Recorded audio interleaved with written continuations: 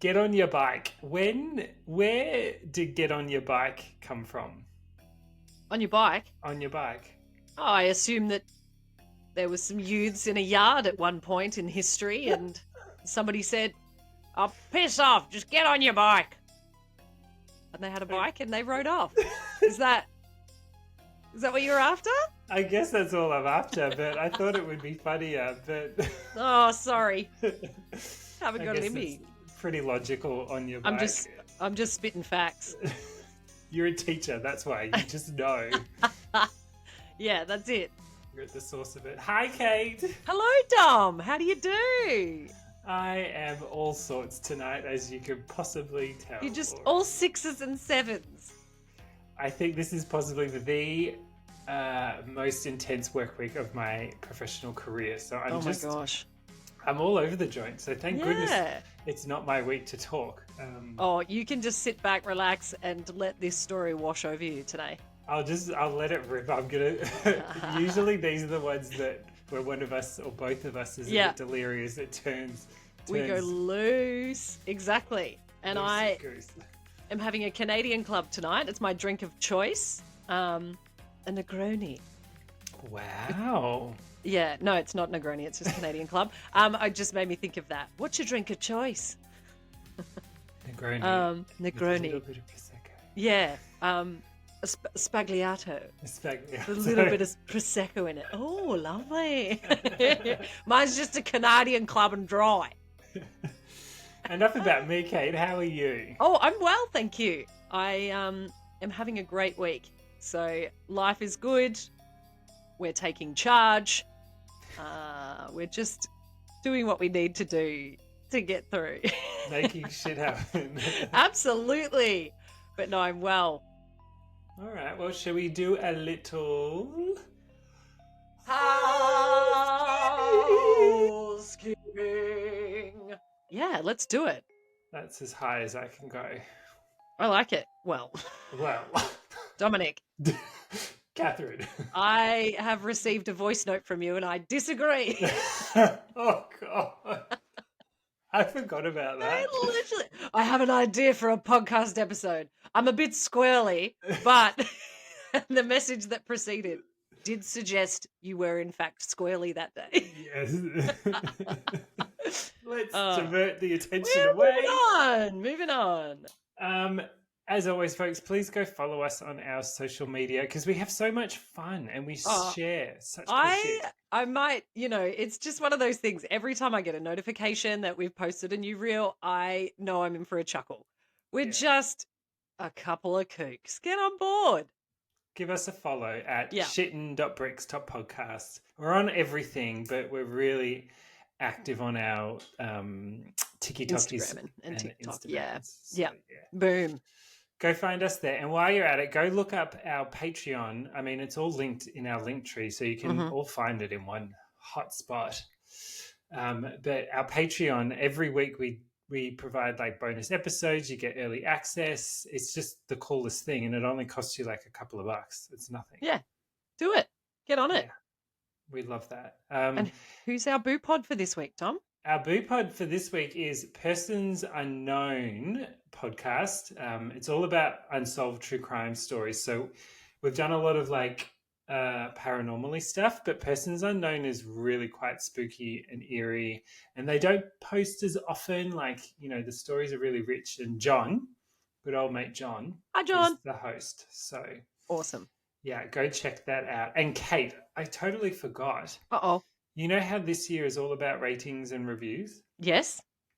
I just realized, obviously, you rate and review on lots of different, streaming services, but I just checked out our Spotify rates and we've got over like almost 25 5-star reviews. That's awesome. Thank you to those people. Yeah, thank you so much. Real. We love it. Thank you all for participating.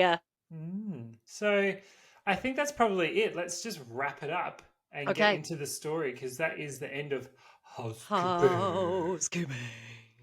Eepa. I have a big story for us today. I've got our regular episode stuff. I have a juicy Patreon bonus episodes continue on. Hmm. At the end, I'm just going to keep my eye on the time. But as I was saying to Dom, I've written many, many pages, nearly double what we would normally do. But when I had a quick peek, it, I believe, also has something to do with the fact I've had to adjust the font size so that I can read it without squinting. So I'm accepting that we deteriorate over time. I'm also accepting I am going to have to go to an optometrist soon. I thought I was going to get away with it, but it turns out I can no longer see well. So that's upsetting. Okay. Hey, you don't have glasses? No Oh, glasses, perfect 2020 up until 3 weeks ago. oh So, God. well, the way I saw it is that, and I'll get this wrong, but one of my parents is short-sighted, one of my parents is long-sighted. So I was like, well, bang, I get the best of both worlds. I got one eye each. So just that works out perfectly. But to be perfectly honest, I am looking forward to some spectacles. I don't think I'll look too bad. I'm a fan of a sunglass. I'm a sunglasses gal, very Al Pacino of me. But I'm okay with that. Yeah, look, I've got them. I forget to wear them. I should wear them more often. Yeah. But whatever. Aging Whatever. is a privilege, as they say. Correct. Correct. Now, Dom, as I was saying, this is a doozy of a story. I normally start us off with a phobia. I'm going to get us straight into it. I normally start us off with a phobia. However, what we're going to be talking about today are government experiments, which we have Ah. touched on. The Stanford prison experiment that you have done an episode on. If you've not listened to that, go back and find it. Exceptional. These, as I usually do, are some bite-sized pieces of human experiments that have been done under governmental control. And I was looking up, phobias of the government or phobias of, things like that. And more often than not, phobias of the government was more around voting and Sure. democracy and being frightened to vote or being frightened or having a phobia of going to a place to vote. So that's not really what we're talking about today. But Yeah. in my research, I was able to stumble upon an experiment that I wanted to share with you because I felt, in the sense of government experiments, this was a doozy. It was a Yeah, there's doozy. so So many to pick from. there's So. so many, but I'm going to open us up with the little Albert experiment. Have you Oh, heard of the little Albert experiment, Dom? no. Who's All the little right. Albert? Little Albert. Okay, couple of key takeaways from this experiment. The little Albert experiment was a controversial, strong start, psychological experiment conducted by John B. Watson and his graduate student Rosalie Rayner at Johns Hopkins University. This experiment was performed in 1920 and it was a case study aimed at testing the principles of classic conditioning. Oh, Now, that's always a good, strong start. it's a strong start. Now, you would have know of Ivan Pavlov. Hmm. Now, Ivan Pavlov showed the classical conditioning applied to animals, but this study was around whether or not it also applied to humans. In a famous, though ethically dubious experiment, John Watson and Rosalie Rayner showed that it did.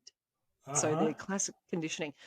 Real quick, before I go into the story of little Albert, I have a Pavlov story for human conditioning that I want to share with you.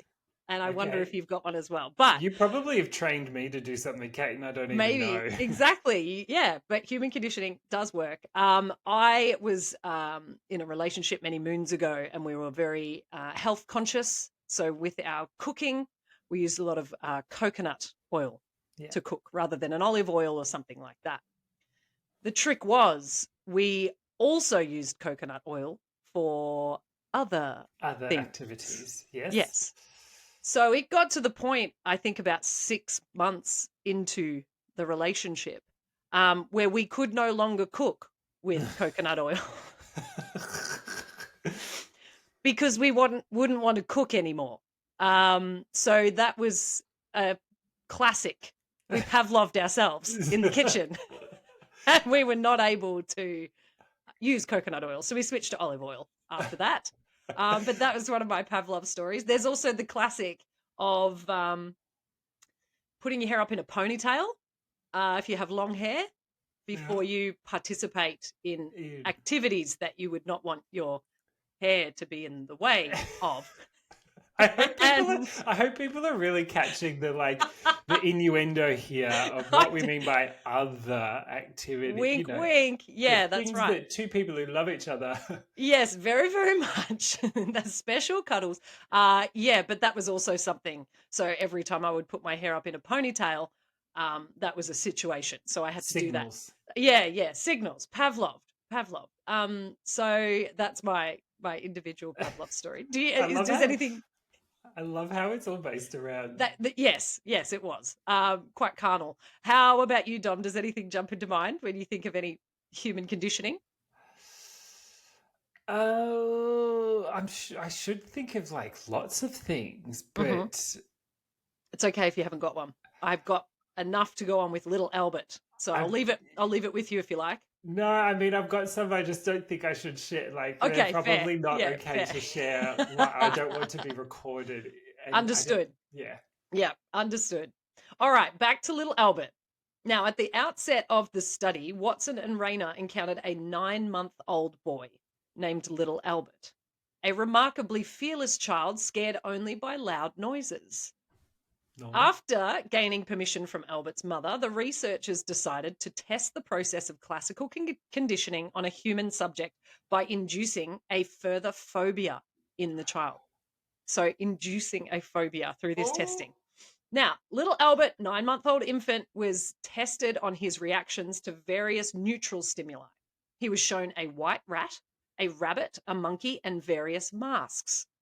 Albert, described as, on the whole, solid and unemotional, showed no fear of any of these stimuli. This was in the 1920s, too, by the way. So some of the language around it is, old fashioned. However, what did startle him and cause him to be afraid was, and this is probably going to be any baby, but was if a hammer was struck against a steel bar behind his head. The sudden loud noise would cause little Albert to burst into tears. Absolutely. Fair enough. When little Albert was just over 11 months old, the white rat was presented, and seconds later, the hammer was struck against the steel bar. Mm. After 7 pairings of the rat and the noise in 2 sessions, 1 week apart, Albert reacted with crying and avoidance when the rat was presented without the loud noise. Yeah. By now, little Albert only had to see the rat and he immediately showed every sign of fear. He would cry whether or not the hammer was hit against the steel bar, and he would attempt to crawl away. This fear did begin to fade as time went on. However, the association could be renewed by repeating the original procedure a few times. Initially, Albert had no fear of the rat, but Watson and Rayner paired the rat's presence with a loud noise, causing Albert to eventually associate the rat with fear, even in the absence of noise. This fear also generalized to other white furry objects. The experiment demonstrated that emotional responses such as fear could be learned through association. Yeah. 5 days later, Watson and Rayner found that Albert developed phobias of objects which shared characteristics of the rat, including the family dog, a fur coat, some cotton wool, and a Santa mask. This process is known as generalization. Yes. So, not just the white rat. The little Albert experiment demonstrated that classical conditioning could be used to create a phobia. Now, as we are all aware, a phobia is an irrational fear that is out of proportion to the danger. Over the next few weeks and months, little Albert was observed, and 10 days after conditioning, his fear of the rat was much less marked. Dying out of that learned response is called extinction. However, even after a full month, it was still evident, and the association could be renewed by then again doing that process. Unfortunately, Albert's mother withdrew him from the experiment the day the last tests were made, and Watson and Rayner were unable to conduct further experiments to reverse the condition response. To reverse it. Oh. Yeah. So that was going to be the next step. So they were going to make him have a phobia, and then they were going to attempt to reverse it. Interesting. Obviously problematic up the wazoo. But, Yes. I don't think anything in there is all that shocking or surprising to me. It No. makes perfect sense. I don't know how far you could claim that it's a phobia because it's That's not true. irrational. Yeah. It's not an irrational It's an fear. association. It's Yeah. No, I agree. But that was one of the experiments that I saw that I thought, I'm going to open up with that one. Oh, poor fuck. I wonder what happened to little Albert. Now he I don't owns a pet know. store. Yeah, yeah. Where he sells Santa masks and fur coats to try and get over his phobia caused by a steel bar and a hammer. I think that is also a really interesting point, is that generalization point of you could have had an experience maybe as a child and then you've later developed a phobia or a fear of something as an adult. Yeah, But yeah. those two things are not actually the same. Like what triggered it and what it What you're results frightened of. is different. It's Correct. because, yeah, it was white and fluffy. Yeah, But exactly. that's That's right. interesting. All right, now I want to get into the 6 most evil human experiments perpetrated by the US government. Now, this is a focus on US government. For our Patreon listeners, I will trot across the globe to share some additional atrocities that humans have concocted in a governmental position. I read this article and got it from All That's Interesting, which is one of my favorite resources to find kooky and weird stories. This Yeah. article is by Richard Stockton, and it was published in 2017, but it was updated in 2021. So if you want to, if you miss something, want to read over it, go nuts. Here we go. Lay it on me. Science is hard, and good science requires a lot of work to control variables and manage large sums of data. Medical science, in particular, usually calls for elaborate precautions to be taken, not just to ensure the accuracy of the data, but to protect the test subjects. People have rights, after all, and it's highly unethical to subject them to drug trials against their will or to poison them without consent to a test or a theory. Those constraints make medical research one of the hardest fields to work in, since most experiments have to be done on animals and the findings are not necessarily applicable to humans. We have spoken about that before. Yes. Over the years, however, some American medical researchers have deliberately violated the rules to gain the inside track to scientific knowledge, usually at a horrific cost to the innocent people involved. The results of these human experiments were atrocious. Yeah. Buckle up, folks. Number 1. Here we go. This is the horror of mustard gas. It is a curious fact that after the horrors of World War I, chemical weapons seemed not to have been used during World War II. US military officials in the early part of World War II didn't know for sure that this would be the case, of course. And until 1943 or so, there was a legitimate fear among British and American leaders that Germany would turn to chemical weapons as the tide turned. This fear was a big part of the reason why the US Army used its own soldiers for human experiments to test the effects of mustard gas on otherwise healthy young men. Now, of course, nobody in their right mind would volunteer to have mustard gas tested on them. The gas, inverted commas, is actually a sticky, oily resin that causes chemical burns on exposed skin and uncontrollable bleeding in the lungs when it's inhaled. So it's not a pleasant little number. That's probably why the army didn't bother asking for consent from the soldiers that it exposed in Panama in 1942. Yeah, I can't say I'm picking that pamphlet up. No. It's just Do you guys feel like playing with a sticky, oily resin that causes chemical burns on exposed skin and uncontrollable bleeding in the lungs? Have we got the deal for you? oh goodness. Oh, thank you. But Oh, how that thought process of like, well, we just don't even tell them. But I love that. How was that even an option in your head to go? Yeah. Well, Uh, do well, we tell them? we just don't tell them. Nah, don't tell them. Just get them walk in. up and smear some shit on their face and be like, oh. See what happens. Now, the purpose of the test was to work out how well mustard gas would work in tropical environments, such as the islands that the American soldiers would soon be fighting across in the Pacific. Perhaps as many as 1,200 recruits tested in small teams for several weeks were ordered to strip to the waist outside of a wooden chamber on the base grounds and then sent inside and doused with the chemical agent. It turns out that mustard gas actually works really well in tropical heat. And according to one survivor, all of the men began writhing around and screaming in pain as the chemical burned through their skin. Some pounded on the walls and demanded to be let out, though the doors were locked and only opened when time was up. Though the men were treated immediately following the experiments, oh, good, they were threatened with military prison if they ever disclosed what had happened to anyone, including their own doctors later in life. When the story finally broke in 1993, more than 50 years after the test, only a few survivors could be located for compensation. The Pentagon is still officially looking for test survivors, the youngest of whom would now be 93 years old. Oh, a little late there, Dal. Yeah, I think so. I think that it's a little late. And And I they were doubt, just, yeah.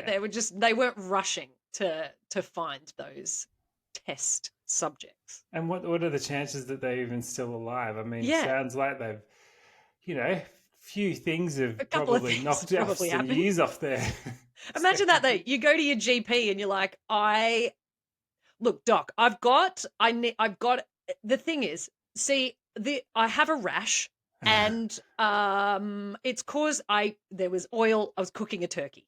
Yeah. Thanksgiving. Got oil all over my body. I have a rash and I need you to treat it. And then the doctor looks at them and is like, "Oh, this stinks of mustard gas." Yeah. I told you to watch I out for those told you. turduckens. Yeah. They're dangerous. Okay, so that is our first of our 6. The next I want to talk to you about, Dominic, is the Guatemala syphilis experiment. I know this one.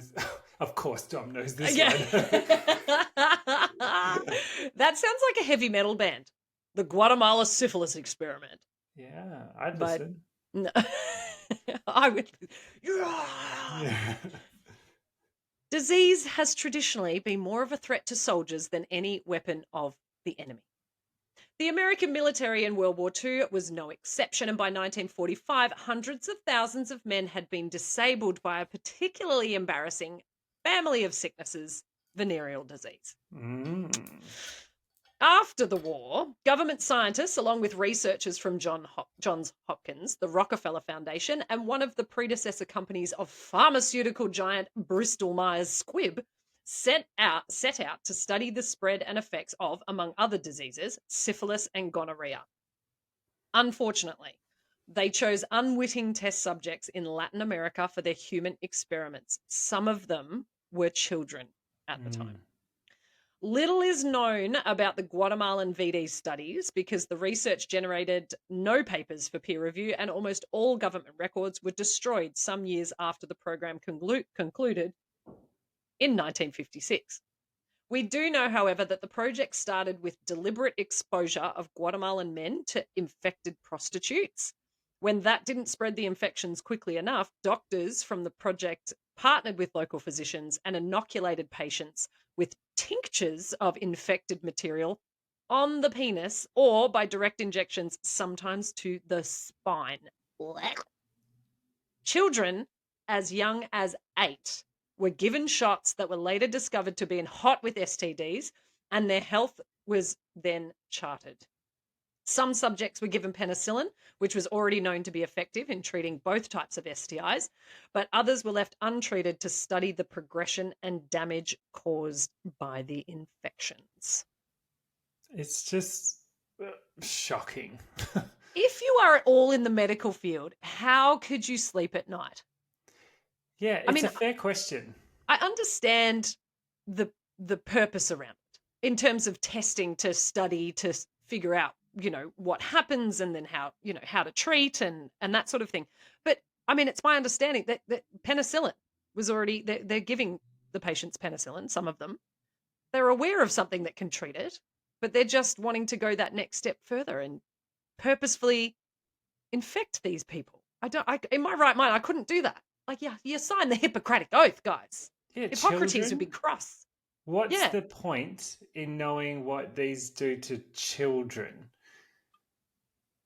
I don't Or know. yeah, Yeah. I agree, and I'm sure there's some medical professionals out there that just go, "You people don't understand. In order for us to properly treat things and understand, like we've got to know Yeah. certain We've things." got to I'm know like, I more. get it, but you Yeah. don't need to lie to people and Leave them go alone. do this. Like, there's a Yeah. line. Yeah. Okay. Okay, the next human experiment, is the Manhattan Project's fatal radiation. Mm. While many know the Manhattan Project as the program that eventually produced the world's first atomic bomb, thanks guys, few realize that the project also sought to test the effects of radiation on human beings. Some of this research was conducted accidentally, as when project it was whoops, Whoopsie. when project scientist Harry Dalian, I'm saying Dalian, it's Daghlian, I like Dalian, triggered a sudden burst of radiation from a plutonium core that he was working on and exposed himself to a fatal dose of gamma rays that killed him an excruciating 25 days later. No Hulk? No Hulk, unfortunately. The whole time he was languishing in the hospital, Dalian was covertly observed by medical researchers attached to the project to chart his decline and death. I mean, come on, Oh, just give me an injection and put me out, folks. Like, right? Yeah. I know it's not going to end well for me. Just, yeah, let's just do it. Now, this was perhaps a bit ghoulish, but Dalian had exposed himself by violating safety standards, and the observation didn't make his condition any worse than it already was. Other people wouldn't be so lucky. So that's their kind of, he's got the poisoning. We'll just watch him. He can't get any worse. So let us study him before he carks it. That's their justification of that. sure. Sure. Yeah, sure. Sure thing. As early as 1943, project staff suspected that some workers' physical ailments were related to their work. In the case of one worker, a woman suffering from kidney failure, an internal memo discussed whether or not to alert her to the potential cause, chronic exposure to radioactive polonium. The decision was made to conceal the facts. Later, with the help from universities of Chicago and California and from the military hospital at Oak Ridge, Tennessee, living human patients were injected with polonium and other radioactive elements to study the effect on their body. Project scientists delivered a batch of radiosodium in a crate to the University of Rochester Medical School, then took it out to the alfalfa field next door and loaded it into the sprinklers to study how it spread through the environment and to work out shielding requirements to protect the students in adjacent buildings. Why? Let people know. I don't want to go to school if there's radiation in the alfalfa. I don't. I just that sentence or that paragraph just is like, what am I listening to Correct. right now? Correct. And this is legitty. Now, eventually, hundreds of people, including 57 mentally handicapped children in Massachusetts and more than 100 disabled adults in Chicago, were fed or injected with plutonium, which holds the distinction of being one of the most dangerous substances in the world for human health. From 1951 to the early 1970s, the Manhattan Project later reorganized as the Atomic Energy Commission, gathered exposure data and tracked the fates, most of them really bad, of the unwitting test subjects. Many of the files on this research are still classified and therefore unavailable to potential plaintiffs in lawsuits. The idea seems to wait until the last test subject in the human experiment dies before releasing them. Given the nature of the research, they might not need to wait a very long time. I have less faith in the humans. Fuck, Yeah, humans. I have less faith in the humans. I think too, I mean, granted, there is a lot more of a clampdown on this sort of stuff. A lot of this was happening at that end of World War I, World War II era. 1910s, 20s, 30s, 40s. Still, that doesn't make it any less heinous. Yeah, and I would argue the fact that even today we discuss certain topics, Yes, like cultural or sexual orientation or gender expression or anything where people still talk to and refer to humans as less than. yeah. And it's a slippery slope before you just, you fall into the test subject category. well, you're just devaluing a human life. There's if you're going to engage in any sort of conversation where my life is more important than your life or anything Mm-hmm. like that. How we treat people. I don't know if we're as evolved from that time as we think, because it's As we really think, yeah. easy for us to sit here and go, how could you test this on humans or whatever? And I'm like, well, how do we treat incarcerated people? How do Yeah. we? Yeah, anyway, sorry, rant. No, that's Pause. that's a-okay. But guess what I've got for you, Dom, as a little special treat? The second syphilis experiment for you. Ah, was I The part of this one? we'll find out. Now, the Tuskegee syphilis experiment. Yeah. The Guatemalan studies may have been rough on the unwitting participants, but they were hardly unprecedented. By the time those human experiments began in 1945, another syphilis study had been underway for nearly 20 years. The Tuskegee study. The Tuskegee study began with an uplifting idea to study and treat venereal disease, particularly syphilis, which ran to 35% infection rates among Black American men at the time. Approval was granted in 1929, and initial research was highly ethical and saw the subjects treated with the best, but still not very good, medicine available at the time. Things unfortunately went sour in 1932 when money ran out for the project, and some cash strapped participants withdrew. Project administrators managed to stay on, however, by seeking private research grants. This made the men in these human experiments potentially profitable as long as they were sick. When sulfur drugs were introduced in the 1930s and then penicillin in 1945, science finally had a cure for syphilis. That would have meant shutting down the study, though, which is why researchers lied to the test patients and told them that they were getting treatment when in fact they were being studied to see how soon they went insane and died. Mm-hmm. In 1940, researchers intervened to prevent subjects being treated as part of the government's public health campaign. And later on the study, participants were steered away from the government's rapid treatment centres, which were set up specifically for black men in the South who had syphilis. The human experiments mercifully ended in 1972, some 43 years after the first men were enrolled, and Congress eventually voted for some compensation to the survivors, the last of whom died in 2004. It's not that long ago. No. All right, I'm going to keep ripping through because I don't want to miss any. Okay. The Shut up, dioxin Dom. tests. No, not at all. I'm just going to keep on keeping on. The dioxin tests. In 1964, bleh. Bleh. Ha! Bleh. Shabba-daboo. Shibbolebah. We can edit that out. In 1965, dermatologist Dr. Albert Kligman, we have a picture of him on our socials. He looks very smug, which makes sense because he would be.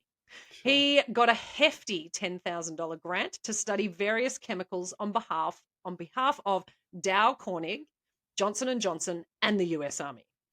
His particular brief was to observe how human skin reacts to harsh chemicals, a process known as hardening, though he also tested psychoactive drugs as well. The specific chemicals he was to test and many of the details about his work are lost in history. In 1981, it was discovered that all of his notes and records had been destroyed. Whoopsie. But we do know he drew test subjects from Holmesburg Prison in Pennsylvania, where he described the inmates like so.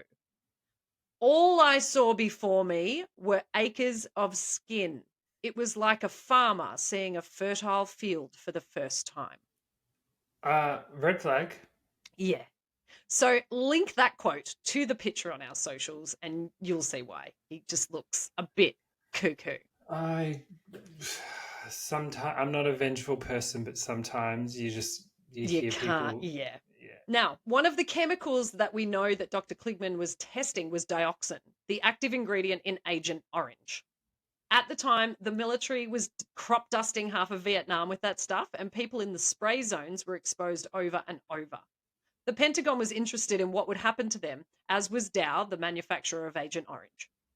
To speed up his research in the human experiments, Dr. Kligman injected his victims with a reported 468 times the recommended safe dose of dioxin which is known to work as a blister agent and a systemic toxin. His eventual findings, if any, are not known because all his shit magically disappeared. Yeah, and I'm We sure all the people that got it died. also disappeared, correct, off the face of the planet. Now, we also don't really know what happened to the prisoners that he poisoned. Their names were among the records that Kligman destroyed to cheat justice. In the event, the doctor had the good taste to die from natural causes before the inevitable lawsuit. So he never had to answer for what he had done. Ugh. Can go take a shit on his grave, though. Yeah, take a shit, Kligman. We're going to take a shit. The military poison tests is the next on our list. We're talking all about these toxins, these poisons. As early as 1942, people in the War Department, sounds like just a thriller minute, whose job was to be paranoid about security, were worried about how wide open and vulnerable the United States was. On their recommendation, President Roosevelt created America's first Biological Warfare Bureau, officially to study the country's vulnerabilities and devise an appropriate response should Japan, Germany, or later the Soviet Union ever get the idea to spray some germs around the US. Makes sense. It makes sense. Sure. Unfortunately, though, the Bureau's method of assessing vulnerability was to covertly attack those perceived vulnerabilities with germ warfare of its own. Over a period lasting 20 years from 1949 to 1969, well-intentioned officials working for the Department of Defense repeatedly doused whole cities across America with chemicals, bacteria, and fungal spores that they were pretty sure would be mostly harmless. Maybe. Maybe. Look, we're not 100%, but we're just going to sprinkle this in their alfalfa fields and see what happens. One of the earliest of more than 200 tests took place in September 1950 when a US Navy ship near San Francisco hoisted its fire hose and sprayed tons of bacteria into a bank of fog that was drifting over the city. Later, these kooks, I cannot. Later, government officials checked in with the local hospitals to see how many people had been affected. It turned out to be thousands, and one of them may have died as a result, but the human experiments kept going. To get more data about how a biological attack might spread, project planners dusted rural areas with potentially carcinogenic, Yeah, you said it perfect. did I? Carcinogenic cadmium, including several schools in Minneapolis. They went with a cover story that the military was experimenting with shrouding cities in smokescreens in case of a nuclear attack. In New York in 1966, agents threw light bulbs filled with bacteria onto the subway tracks to see if the whoosh of air from the trains would spread the contaminants. It turns out it would. Samples dropped at 14th Street were found as far away as 59th Street station. The bacteria, Bacillus globigi. Yep. Yep, that one. A pathogen that causes food poisoning, my worst nightmare, also coated the clothes, skin, and hair of subway passengers. None of the people who were exposed knew what was going on, and nobody was ever punished for those human experiments. I have thoughts, feelings, and emotions about all of this. It's time. That's my 6 of them, so you have got all the time in the world. I am putting a proper call out to those from the States, United States, that listen to our podcast.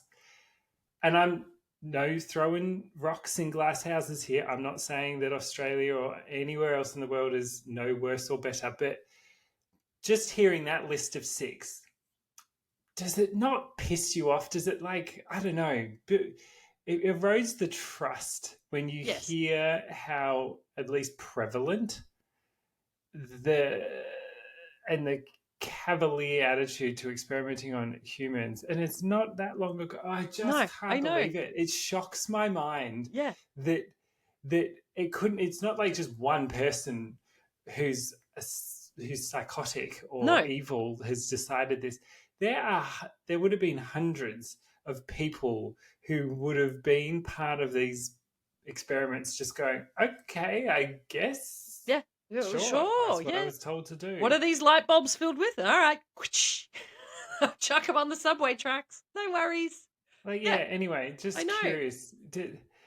That's a fucked up world that we Yeah, live in where people do that to each other. correct. Can I also just circle back and welcome the word cavalier to the podcast? Very Oh, nice. A cavalier yes. attitude. That is Yeah, it's a that's a good phrase word. I'm going to use this week, no doubt.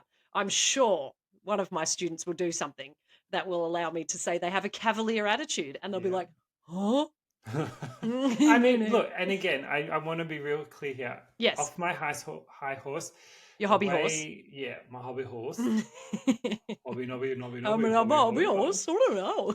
I'm not saying that Australia has mistreated, Not at Indigenous all. Torres Strait Islanders and the Correct. crazy shit that we did Yes. is horrific. So I'm Uh, I sense it. I feel your frustration. I do. I feel your pain. I And just that was really, I yeah, was really putting a target on the US there because that was just specific yeah, to of that. course, yeah. And we know that it's not just them. No, exactly. Now, I want to stay with the US, okay? Same. Because I want to stay there. I want to stay in the USA. Specifically, I want to stay in San Francisco because I have got a scientific deep dive of our pop culture reference of the week, Dominic. Ooh. When I was going through and picking these scientific experiments, these government experiments on human test subjects, all of those examples were people being exposed to toxins or being injected toxins or polonium and plutonium and blah blah blah blah blah blah blah. Every onium there is. Correct. When I was reading through, obviously some of the symptoms and the devastating effects they have on your body, it really only made me think of one thing. And it is a frame in a film that has stuck with me since the 90s. And that is, of course, the sequence in the film The Rock with Sean Connery and Nicolas Ah. Cage, where they're dealing with VX gas. Now, this VX gas in the film, you'll see on our socials, they're shiny green balls filled with a gel. And if one of those gels hits the ground, the glass balls hits the ground and the VX gas is released, bad things happen. In the film, a person goes into a chamber where one of these is kept, one drops on the ground. The whole crew jump out of that room and promptly close the big cell door. And there is a small glass window. One of the guys is trapped inside and he puts his arms up to the window and you can see his face. And then his whole face just starts to blister in these huge welts. And then he like pukes on the glass and then he's carked it. So that was really resonating in my mind the whole time. So I had a bit of a look-see and found some scientific information about whether or not that film depicted VX gas in a scientifically accurate manner. Ah. Here we go. Here we go. On February 13th, 2017, Kim Jong-nam, I'm circling, trust me, I'll get to The Rock, the half-brother of North Korean leader Kim Jong-un, was murdered at a Kuala Lumpur airport with VX nerve agent, a particularly terrible chemical weapon. Have you heard of this story, Kate? Because No, I I haven't. know this story. It is Okay, unbelievable. But anyway, go maybe on. we should do an episode. Oh, no. You go. Okay. Go. It's so No, good, we though. can. Okay. Now, in an assassination plot that is stranger than fiction, the deadly chemical agent was delivered as a binary compound. Two women, allegedly believing they were part of a prank reality show, smeared two chemicals, one after the other, on Kim's face. These two chemicals reacted to create the lethal dose that killed Kim. Yeah. Wow. I Yeah. didn't even know that. And I read that It's before, but I didn't know that that's like the whole wow, it's crazy. wild Yeah. story, and the footage. Oh my goodness, just everything. It's such a fascinating story. Okay. Well, that's a little, I guess, tidbit about it. Now, VX gas, VX chemical compound, appears in several TV shows and movies, from Spooks, The 11th Hour, and It's a Disaster, but its best known example, is the 1996 film The Rock. Now, we've been over this time and time again. 1996, 7, 8, and 9, arguably the peak of cinema. Yeah. Golden. End of story. I don't want to talk to anybody else about it. Please don't at me. That's the time period. And The Rock was one of those movies that I just adored. Now, the movie centers on a planned terrorist attack from the island of Alcatraz off the coast of San Francisco. To stop the rogue general, Frank Hummel, played by Ed Harris, the FBI enlists the help of a chemical super nerd, Stanley Goodspeed. It's actually Godspeed. Nicolas Cage. And federal prisoner and former SAS operative John Mason, played by Sean Connery. While the movie takes some artistic license with the deadly compound, it gets much of the science correct. So, how well did the movie get the science right? And is the compound used to kill Kim Jong-nam as deadly as the show makes it out to be? Now, one thing which I made an error about earlier, I'm correcting it now. VX is not a gas as depicted in the show, but a thick, heavy oil that is tasteless and odorless with the consistency of honey. Now, as this says Sam Goodspeed. Now, his character's name is Stanley Godspeed. So that is they've said it wrong both times. Or is it Goodspeed? Is it Goods or God? I thought it was God. Godspeed. It's Godspeed. That's what I thought. Now, as Stanley Godspeed says in the movie, it's one of those things we wish we could disinvent. And he is not far from the truth. As Godspeed describes, VX was a failed pesticide. And then here is where this story becomes a little bit interesting. The chemical was discovered in 1952 while two scientists were doing pesticide research. The two chemists realized the chemical was so toxic that the company that they worked for, Imperial Chemical Industries, ceased research in 1955. There was no way to safely handle the pesticide for agricultural use. Now, is VX as bad as the movie The Rock makes it out to be? The movie does take some artistic liberties, granted. But the short answer, it's Hollywood, baby. But the short answer is yes. While it will not melt your face or cause boils to erupt all over your body, something far worse happens. The victim suffocates to death. The nervous system is this is going to get a touch sciencey, so I do apologize for those just chilling out, but bear with me. The nervous system is an electrochemical network. Electrical signals propagate along the neural wiring, but they are not all connected to each other. Instead, they are separated by gaps or synapses. Basics, neurology, biology 101.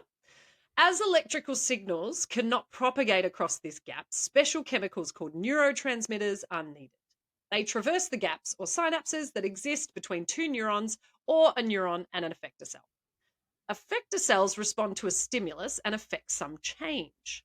One neurotransmitter, one of the words that's in science, it binds to receptors on the outside of muscle fibers and initiates a contraction.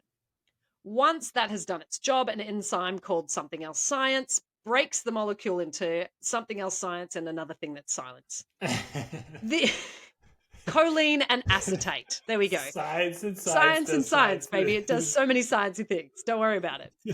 This enzyme is abundantly available to clear away free acetylcholine. Yeah, science. When the chemical signal's removed, the muscle cells relax. Now, VX and other neurotoxins work by chemically binding to the science word, inhibiting the enzyme. Thus, the victims asphyxiate. That word I can do. They're unable to draw breath as their muscles remain continually contracted. Yeah. Now, it gets a bit worse. This chemical is ridiculously toxic. Not only does a little go a long way, but it also persists in the body for long periods. According to the National Academies of Sciences, a lethal dose can be as low as 0.04 milligrams per kilogram of body weight. It will take at least 2.7 milligrams, that is a speck, placed on exposed skin to kill a person weighing 68 kilograms or 150 pounds. One drop, about 10 milligrams, is believed to be the lethal dose for most people. Wow. That's not much. No. And Mm. this is so reminding me of all the supposed or acclaimed poisonings Mhm. from Russian government and the Yes. assassination attempts, and that's a whole nother It's a whole nother kettle of fish. story. Yeah. Yeah. I also apologise for the sound of me slugging out of a bottle of Canadian Club there, Do it. going You glug, need glug, it. glug. You earned it. Now, people exposed to a low or moderate dose of VX may experience some or all of the following signs and symptoms within seconds or hours of exposure. Dom, I'm going to do my very best impression of an American pharmaceutical commercial and give you a Oh, rapid fire list of okay. symptoms that you may experience if you've been exposed to VX. Not VX gas, it's not a gas. Mm. Here we go. Abnormally low or high blood pressure, blurred vision, chest tightness, confusion, cough, diarrhea, drooling, difficulty breathing, drowsiness, eye pain, eye tearing, excessive sweating, fast heart rate, headache, increased urination, muscle cramps, nausea, vomiting and or abdominal pain, rapid breathing, runny nose, shortness of breath, slow heart rate, small pinpoint pupils, tremors, weakness, or wheezing.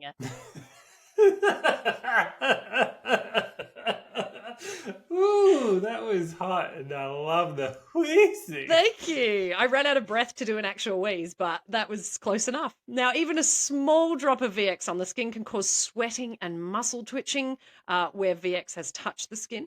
Exposure to large doses of VX by any route may result in the following harmful health effects: loss of consciousness, cardiac arrest, possibly leading to death, coma, convulsions, paralysis, respiratory failure, possibly leading to death, seizures, and twitching.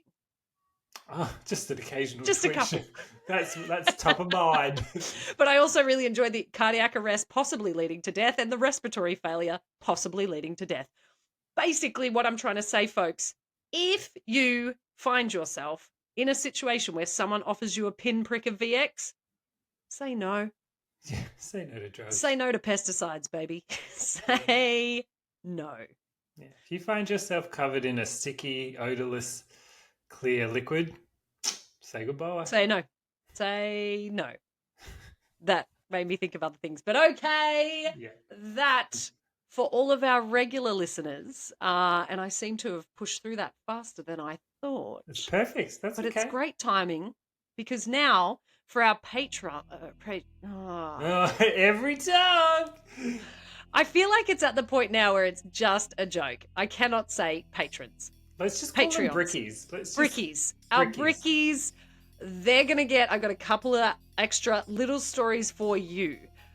But the moral of the story is, if you feel sick, go to a doctor? If you trust them. Okay.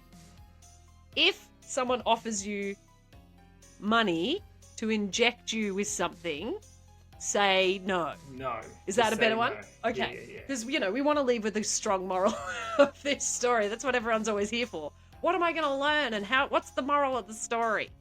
Those are the ones for you. Yeah.